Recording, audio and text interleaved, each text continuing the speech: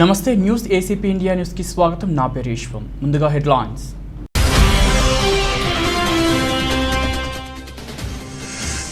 భారత్కు ఎంతో సహాయం చేస్తున్నాం, మరింత చేస్తాం. అమెరికా అధ్యక్షుడు జో బైడెన్.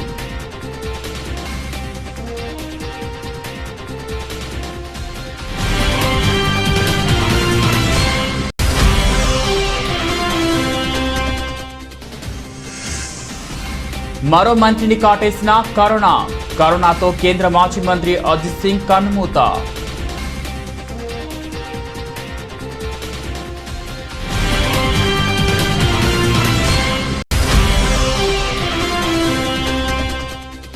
దేశంలో కరోనా కలార నృత్యం. గత 24 గంటల్లో 3,82,315 కరోనా కొత్త పాజిటివ్ కేసులు. ఒక రోజులో 3,780 మంది మృతి.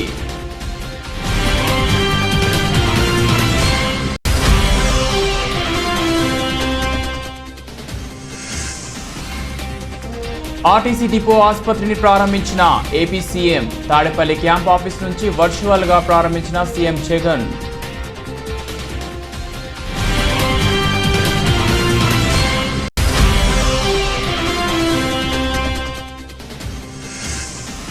లాభ నష్టాల మధ్య ఊగిసలాడుతున్న సూచీలు. ఆరంభంలో 100 పాయింట్లు ఎగిసిన సూచీలు.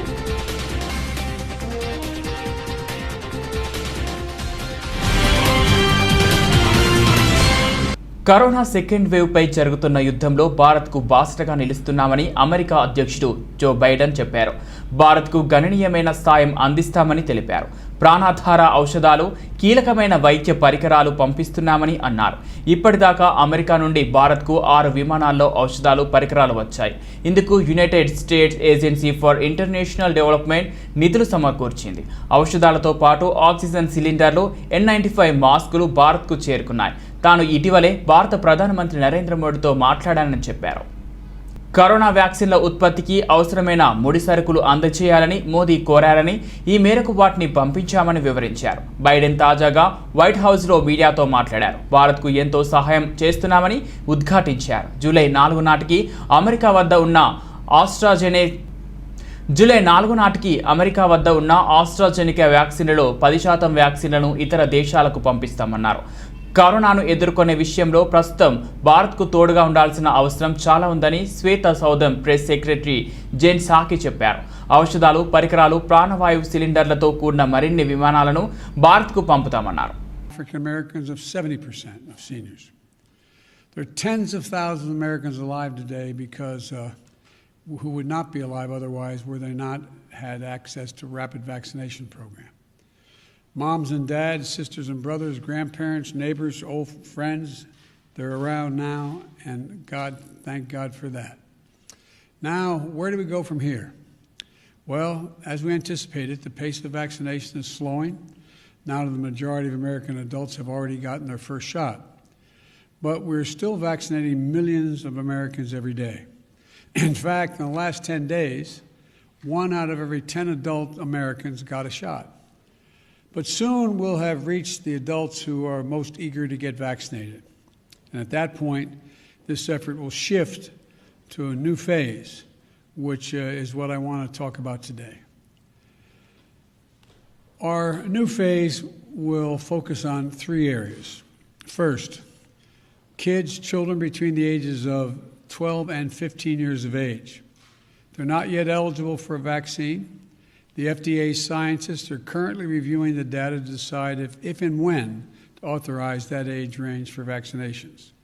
The FDA and the FDA alone will make that decision. But today, I want American parents to know that if that announcement comes, we are ready to move immediately move to make about 20,000 pharmacy sites across the country ready to vaccinate those adolescents. దేశంలో corona virus కేసుల సంఖ్య రోజుకు పెరుగుతోంది. ఇప్పటికే పలువురు రాజకీయ ప్రముఖులు corona బారిన పడిన విషయం తెలిసింది. అది కాక కోవిడ్ సోకిన కొంతమంది సీనియర్ రాజకీయ నేతలు మరణించారు. తాజాగా రాష్ట్రీయ లోక్దళ్ అధ్యక్షుడు కేంద్ర మాజీ మంత్రి అజిత్ సింగ్ కన్నుమూశారు. కరోనాతో చికిత్స పొందుతూ ఆయన తుది శ్వాస విడిచారు. పశ్చిమ ఉత్తరప్రదేశ్లోని ప్రముఖ నాయకుడైన అజిత్ సింగ్ ఊపిరితిత్తుల ఇన్ఫెక్షన్ కారణంగా గురుగ్రామ్లోని ఒక ప్రైవేట్ ఆసుపత్రిలో చేరారు. ఆయనకు ఏప్రిల్ 20న కరోనా వైరస్ సోకింది. దీంతో ఆయన ఆరోగ్యం మరింత క్షీణించింది. గురువారం అజిత్ సింగ్ ఆరోగ్యం పరిస్థితి పూర్తిగా విషమించడంతో మృతి చెందినట్లు ఆయన కుమారుడు మాజీ ఎంపీ జయంత్ చౌదరి ట్విట్టర్లో పేర్కొన్నారు. ఏప్రిల్ 20న నాన్న అజిత్ సింగ్ కోవిడ్ పాజిటివ్ నిర్ధారణ అయింది. ఆయన ఆరోగ్యంతో చివరి వరకు పోరాడారు. ఈ రోజు ఉదయం తుది శ్వాస విడిచారు అని జయంత్ చౌదరి ట్వీట్ చేశారు. మాజీ ప్రధాని చరణ్ సింగ్ కుమారుడైన అజిత్ సింగ్ ఉత్తరప్రదేశ్లో రాజకీయంగా కీలకమైన నేతగా ఉన్నారు. దేశంలో కరోనా విలయతాండవం సాగుతోంది.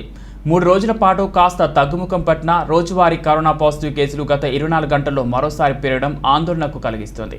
బుధవారం కేంద్ర ఆరోగ్య మంత్రిత్వ శాఖ విడుదల చేసిన గణాంకాల ప్రకారం గత 24 గంటల్లో దేశంలో కొత్తగా 3,82,315 కరోనా వైరస్ కేసులు నమోదయ్యాయి. ఈ సంఖ్య అమెరికాలో రోజువారీగా కొత్తగా నమోదైన పాజిటివ్ కేసులతో పోలిస్తే దాదాపు 9 రెట్లు ఎక్కువ. గత 24 గంటల్లో 3,780 మంది రోగులు మరణించారు. దీంతో మొత్తం మరణించిన వారి సంఖ్య 2,26,188కు చేరింది. అదే సమయంలో గత 24 గంటల్లో దేశంలో 3,38,439 మంది కోవిడ్ నుంచి కోలుకున్నారు. ఇప్పటిదాకా కోలుకున్న వారి సంఖ్య మొత్తంగా 1,69,51,731కి పెరిగింది. మొత్తం కరోనా పాజిటివ్ కేసుల సంఖ్య 2,06,65,148కి చేరింది. దేశంలో యాక్టివ్ కేసుల సంఖ్య 34,87,229కి చేరుకుంది. దేశవ్యాప్తంగా జరుగుతున్న కరోనా వ్యాక్సినేషన్ ప్రక్రియలో భాగంగా ఇప్పటి వరకు 16,04,94,188 వ్యాక్సిన్ డోసులు వేశారు. కేంద్ర ప్రభుత్వం ఇప్పటిదాకా రాష్ట్రాలకు, కేంద్ర పాలిత ప్రాంతాలకు 17,02,42,410 డోసులు ఉచితంగా అందించింది.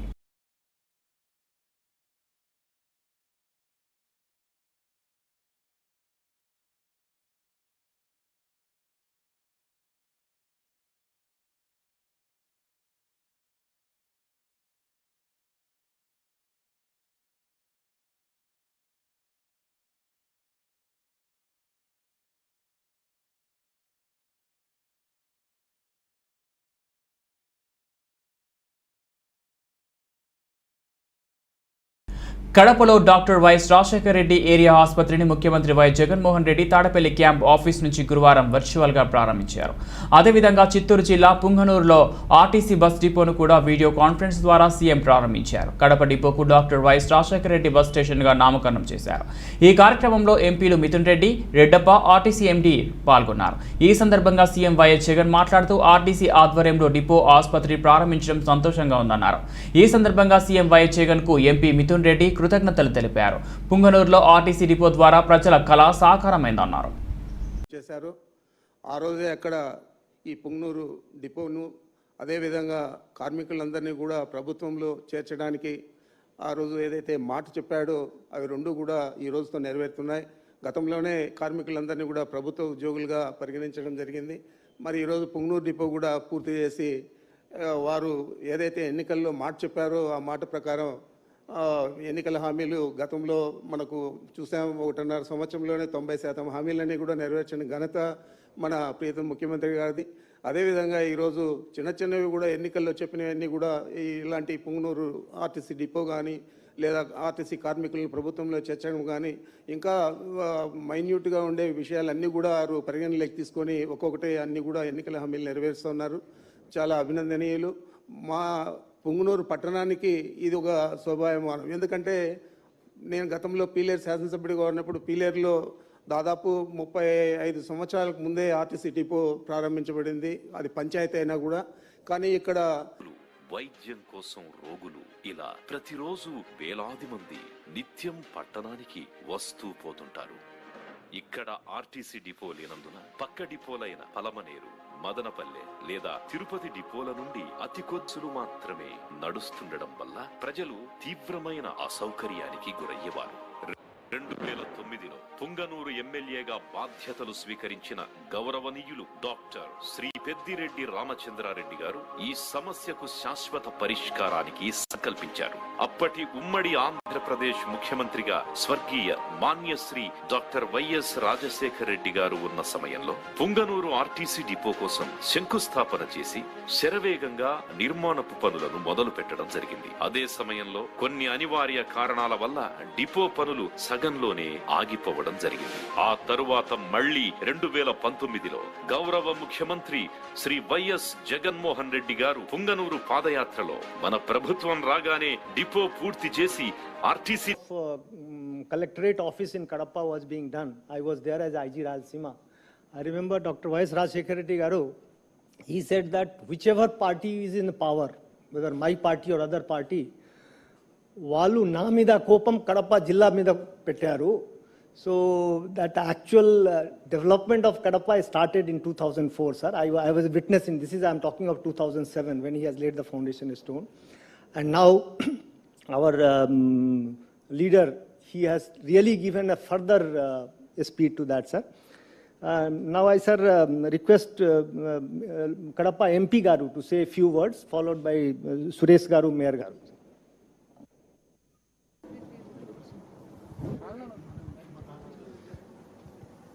గౌరవ ముఖ్యమంత్రి గారికి, ఈ కార్యక్రమంలో పాల్గొంటున్న గౌరవ డిప్యూటీ సీఎం అంజద్ బాషా గారికి, మేయర్ గారికి, శాసనసభ్యులకు, అధికారులకు పేరు పేరున హృదయపూర్వక నమస్సుమాంజలి తెలియజేస్తూ, కడపలో area hospital, doctor YSR area hospital ఇచ్చినందుకు, అదేవిధంగా పుంగనూరులో బస్ డిపో ఇచ్చినందుకు మనస్ఫూర్తిగా మీకు ధన్యవాదాలు తెలియజేస్తున్నాం సార్.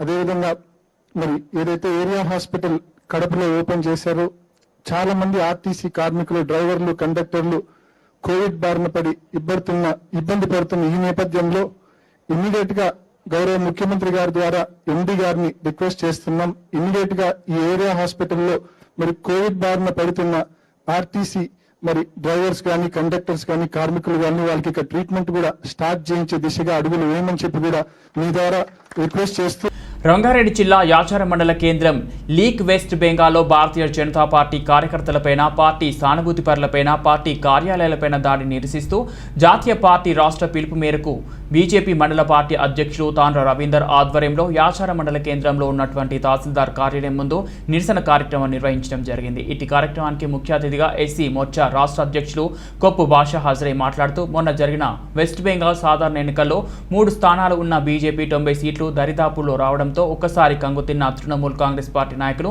కార్యకర్తలు భారతీయ జనతా పార్టీ నాయకులను, కార్యకర్తలను చంపడం, వారి ఆస్తులను ధ్వంసం చేయడం, పార్టీ కార్యాలయాలను తగలబెట్టడం చేస్తున్నారంటే పార్టీ ఎదుగుదలకు ఓర్వలేక విదేశీయులతో కలిసి మన వారిపై దాడి చేస్తున్నారని, ఇది మంచి పద్ధతి కాదు అని, రాబోయే రోజుల్లో వెస్ట్ బెంగాల్ బీజేపీ ప్రభుత్వం వస్తుంది, అక్రమంగా వచ్చి నివసిస్తున్న వారి అందరినీ సాగనంపుతామని అన్నారు. ఈ కార్యక్రమంలో బీజేవైఎం రాష్ట్ర నాయకులు పుప్పాల శాంతికుమార్, బీజేవైఎం జిల్లా నాయకులు మారగోని శేఖర్, బీజేపీ మండల ఉపాధ్యక్షులు విష్ణురెడ్డి, పత్తిరాజు, బైకని పాండు, కార్యదర్శి బాలు, బీజేవైఎం ఎస్టీ మోర్చా అధ్యక్షులు నాగరాజు, సుధాకర్, నాయకులు సురేష్, నాగరాజు తదితరులు పాల్గొన్నారు. కాంగ్రెస్ తగిన గుణపాఠం చెప్తుందని చెప్పేసి హెచ్చరిస్తూ ఉన్నాం. ఈరోజు రాష్ట్రంలో ఉన్నటువంటి బండి సంజయ్ గారి పిలుపు మేరకు అన్ని మండల కార్యాలయాల్లో ఈ రాష్ట్రంలో ఉన్నటువంటి ప్రజలకు తెలియజేయాలి, అక్కడ ఉన్న పబ్లిక్ తెలియజేయాలి. పశ్చిమ బెంగాల్లో నడుస్తున్నటువంటి తృణమూల్ కాంగ్రెస్ ముఖ్యమంత్రి మమతా బెనర్జీ గారు చేస్తున్నటువంటి సంఘటనలు ఈ దేశవ్యాప్తంగా ప్రజలకు తెలియజేసే విధంగా మనం కార్యక్రమాలు చేయాలని చెప్పేస్తే ఈరోజు ఆచార మండల కేంద్రంలో ఈ యొక్క కార్యక్రమాన్ని నిర్వహించుకోవడం జరుగుతున్నది. భారతీయ జనతా పార్టీ ఇటువంటి తాటాకు తప్పులకు భయపడే పార్టీ కాదని చెప్పేసి వారికి తెలియజేస్తూ, ఈరోజు దేశం కోసం, ఈ సమాజం కోసం పాటుపడే పార్టీ ఏదన్నది అది భారతీయ జనతా పార్టీ.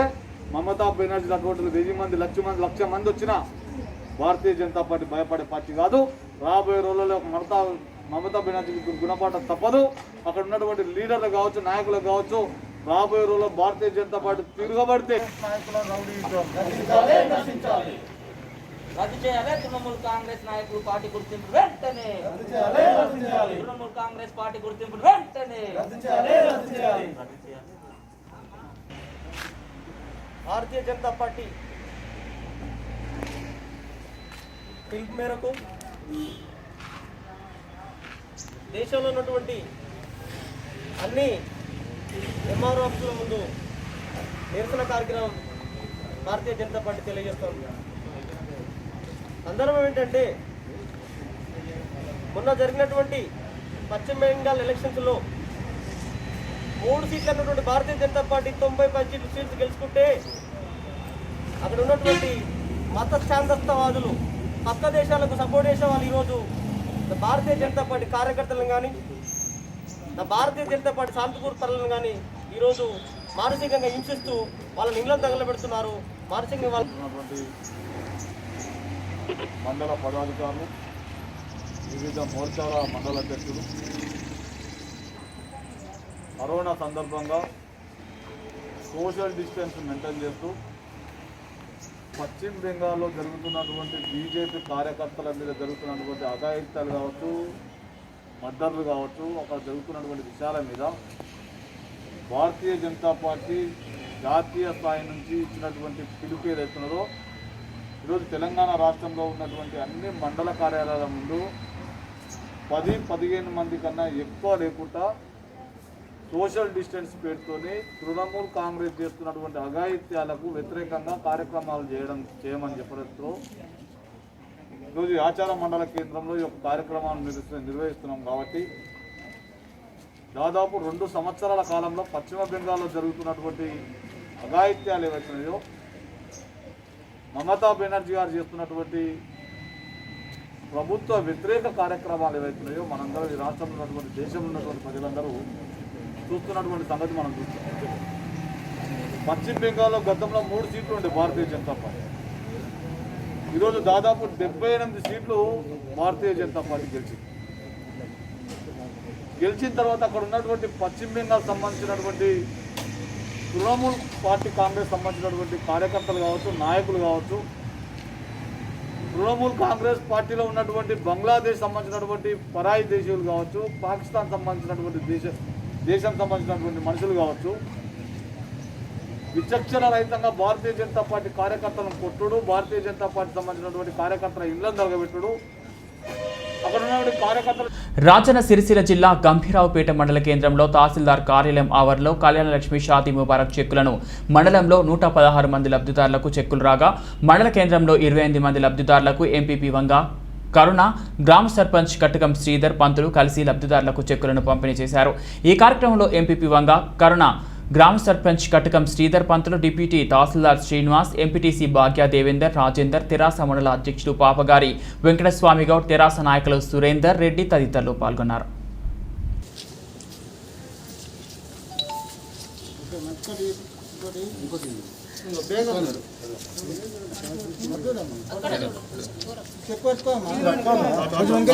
కొంచెం వెనకాచారా? ఓకే.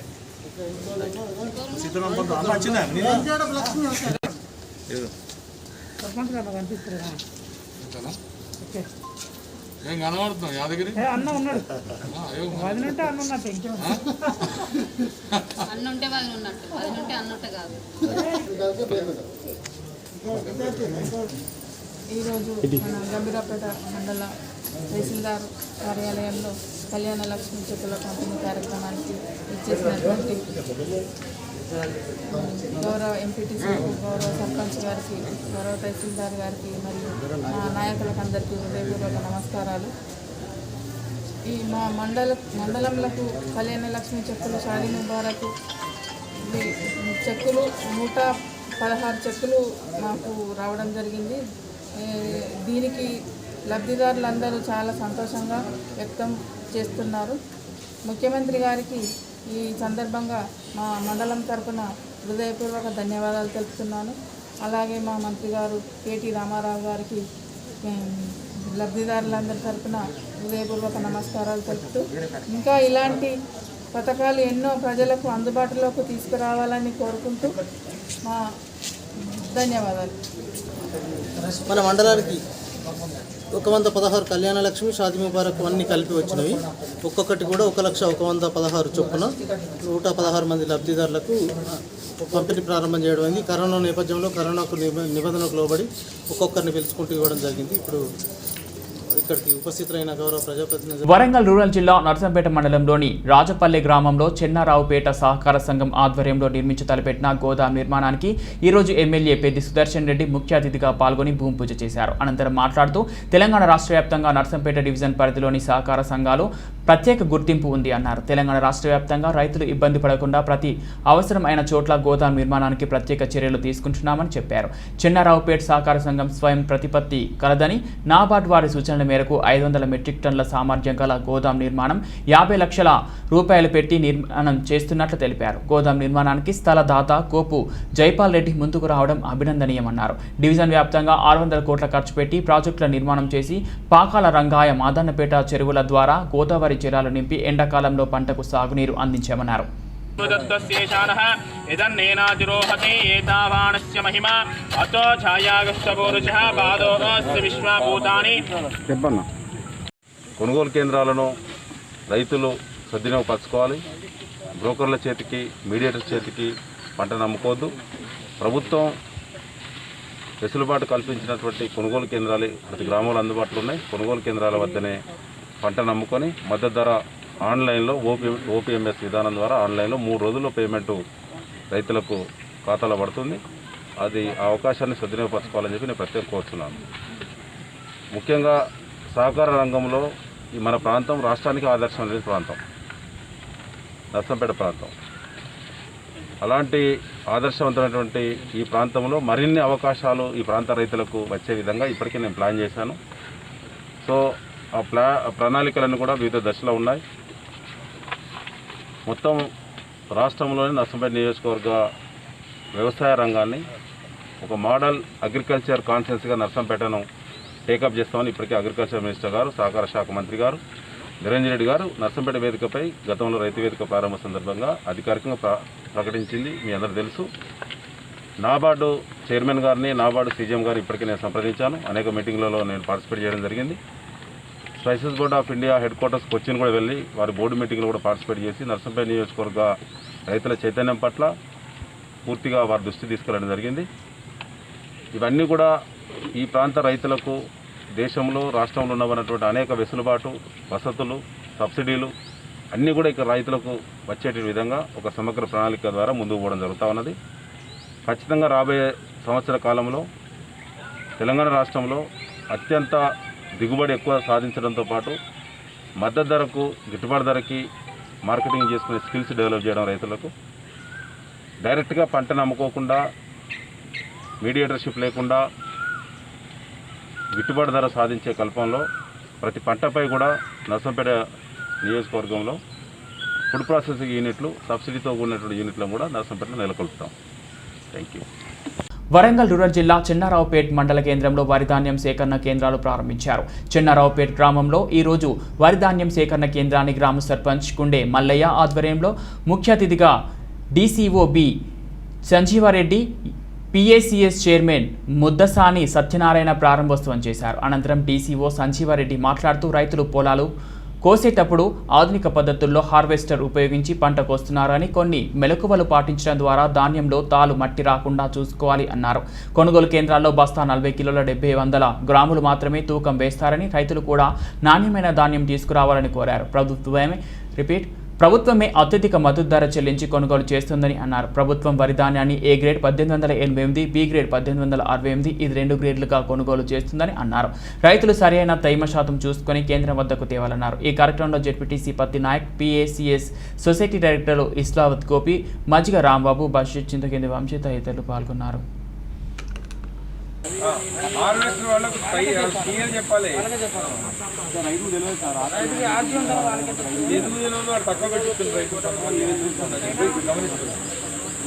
ఏమైందంటే లేదు వాళ్ళని తెలుసుకుంటారు. ఆర్పిఎం తక్కువ పెట్టిన ఎంతో కంటే తక్కువ హార్వెస్టర్కి ఎంత అమ్ముతారా? 2000 పోనీయండి. ఇప్పుడు 8,000 పోతున్నాయి. 6,000 మిగులుతాయి మనకి అట్లా. కాబట్టి రాబోయే రోజులు అట్లా చేసి బాగుంటుంది. ప్లాన్ చేయాలి. అంటే 1000 కేజీలు వస్తుంది. 1000 కేజీలు అంటే 10 క్వింటాలు. అంత నష్టం ఎందుకు కావాలి? కాబట్టి రైతు మిత్రులందరూ గమనించేది ఏంటంటే మన ప్యాడీ క్వాలిటీ సాగు ఉండొద్దు, అది మెయింటైన్ చేయాలి. అది మెయింటైన్ చేస్తే రైతుకు లాభం. ఆర్టీఏ వెహికల్ ప్రపోజల్ పంపిస్తున్నాం. ఒక 500 మెట్రిక్ టన్ డ్రై షీట్ పెట్టిస్తే లారీ రాకపోయినా లేదు, వర్షం వచ్చినా రండి జెడ్. దేశీయ స్టాక్ మార్కెట్లు లాభాలతో ట్రేడింగ్ను ఆరంభించాయి. ఆరంభంలో 100 పాయింట్లు ఎగిసిన సూచీలు లాభ నష్టాల మధ్య ఊగిసలాడుతున్నాయి. ప్రస్తుతం సెన్సెక్స్ 28 పాయింట్లు క్షీణించి 48,655 వద్ద, నిఫ్టీ 8 పాయింట్లు పుంజుకొని 14,626 వద్ద కొనసాగుతున్నాయి. బ్యాంక్ నిఫ్టీ ఐటీ నష్టాల్లోనే mid and small cap, consumer durable, metal stocks లాభాల్లోనూ ట్రేడ్ అవుతున్నాయి. మెటల్, ఆటో, ఎఫ్ఎంసీజీ, ఎనర్జీ షేర్లలో కొనుగోలు ధోరణి కనిపిస్తుంది. ముఖ్యంగా Q4 ఫలితాల జోరుతో ఉన్న టాటా స్టీల్ మరోసారి 52 వారాల గరిష్టాన్ని సృష్టించింది. దాదాపు 5% ఎగిసింది. ఇంకా Cipla, JSW steel, Bajaj finance, SBI, Eicher motors, Hero MotoCorp లాభాల్లో కొనసాగుతున్నాయి. అటు UPL, power grid, cement, IndusInd bank, Bharti Airtel నష్టపోతున్నాయి.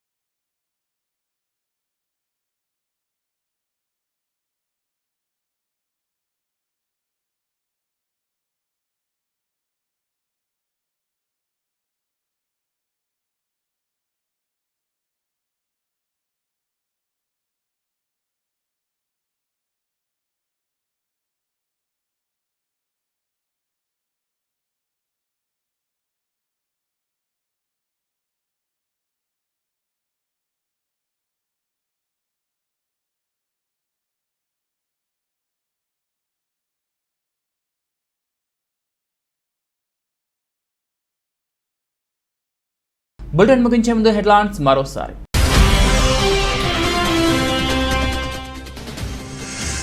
భారత్కు ఎంతో సహాయం చేస్తున్నాం, మరింత చేస్తాం. అమెరికా అధ్యక్షుడు జో బైడెన్.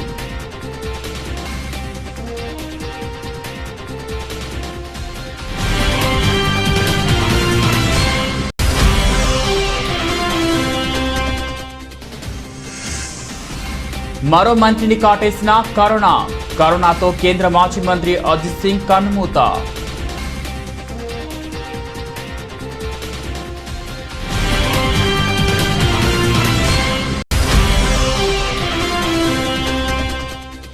దేశంలో కరోనా కలార నృత్యం. గత 24 గంటల్లో 3,82,315 కరోనా కొత్త పాజిటివ్ కేసులు. ఒక రోజులో 3,780 మంది మృతి.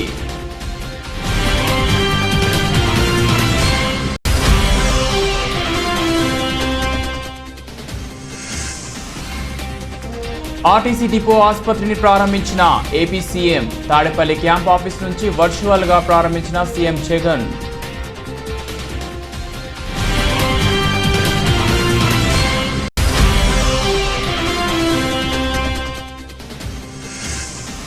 లాభ నష్టాల మధ్య ఊగిసలాడుతున్న సూచీలు. ఆరంభంలో 100 పాయింట్లు ఎగిసిన సూచీలు.